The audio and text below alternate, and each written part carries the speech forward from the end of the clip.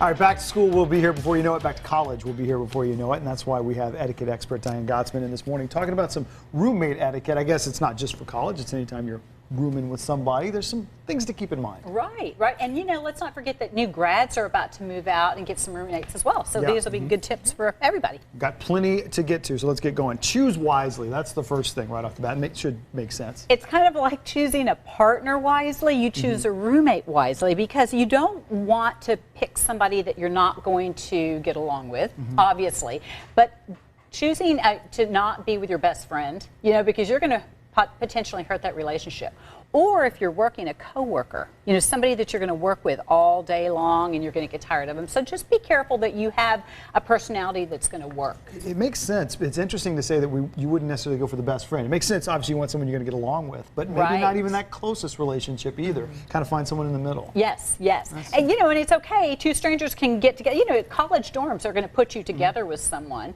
But you want to have, and it goes into our next bullet, I think, you want to know in advance. You have some ground rules. Before you arrive, there should not be any surprises. So, do you have any allergies? Do you like candles? Do you not like to sleep late? So kind of get on the same page. So everybody, is there going to be any sleepover guests? Are you having family come in? If you're not at a dorm, if you're in an apartment, or if there is an extra person, and it's an apartment, who's going to pay for that extra person if they're there for extended periods all the of time? Yeah. That gets back to the next point, respecting your roommates, and this is a school-centered one, respecting those study habits. Yeah, so, I never got those. I understand some people have them, Some people sleep late, some people have different schedules. So I think that you have to determine, again, there's no surprises, how we're going to do this.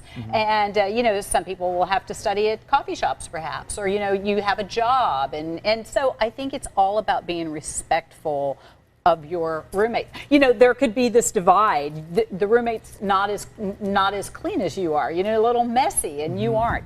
So these are all conversations to have in advance. Yeah. All right. We all love pets, but no pets without the roommates. Everybody's got to be on board before the dog or cat comes over. It's so interesting because in college dorms now, sometimes there are pets.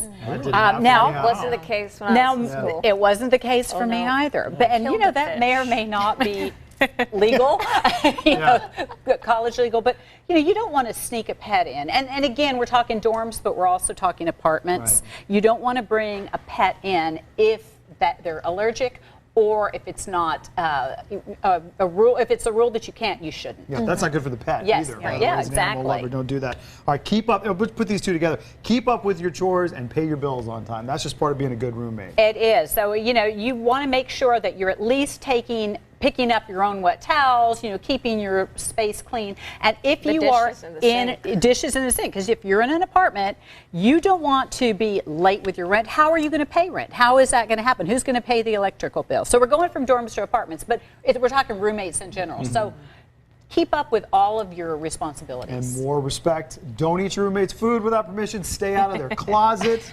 Unless you have permission. That's one way to Don't borrow clothes unless you ask first. Yes. And if you room with an only child like they had to do with me, man, boy, heaven help you there. I know what all my stuff is. I know. We know our stuff, We take inventory. Well, we do. We probably shouldn't, but we do. So that's important. Real quick last, make safety a priority, and then kind of over everything, respect one another's personal boundaries. Yes. That's important. Yes. Safety is very important, so lock the doors before you leave. Turn off the lights. Don't leave the coffee pot on. So these are things that you have to think about. It's called adulting. That's right. So we have to be adults. Don't bring a goose to your dorm. My daughter took a little goose. She brought a goose into her dorm room. She's violating several of the rules. And then so this comes from personal. A goose. We had a goose that I had to go get because she couldn't obviously keep it in the dorm. Roommates say, "You don't want a goose." Where do you get a goose? Yeah. I don't know. Okay. Don't ask me. The lake. That's where I get a goose. The lake. Have you tried to catch one? Good luck. I don't know what you did with his week off. She became the mother of this animal. So again, sounds like you did. I did. Very good advice as always, Diane. A happy roommating, everybody. Be nice to one another.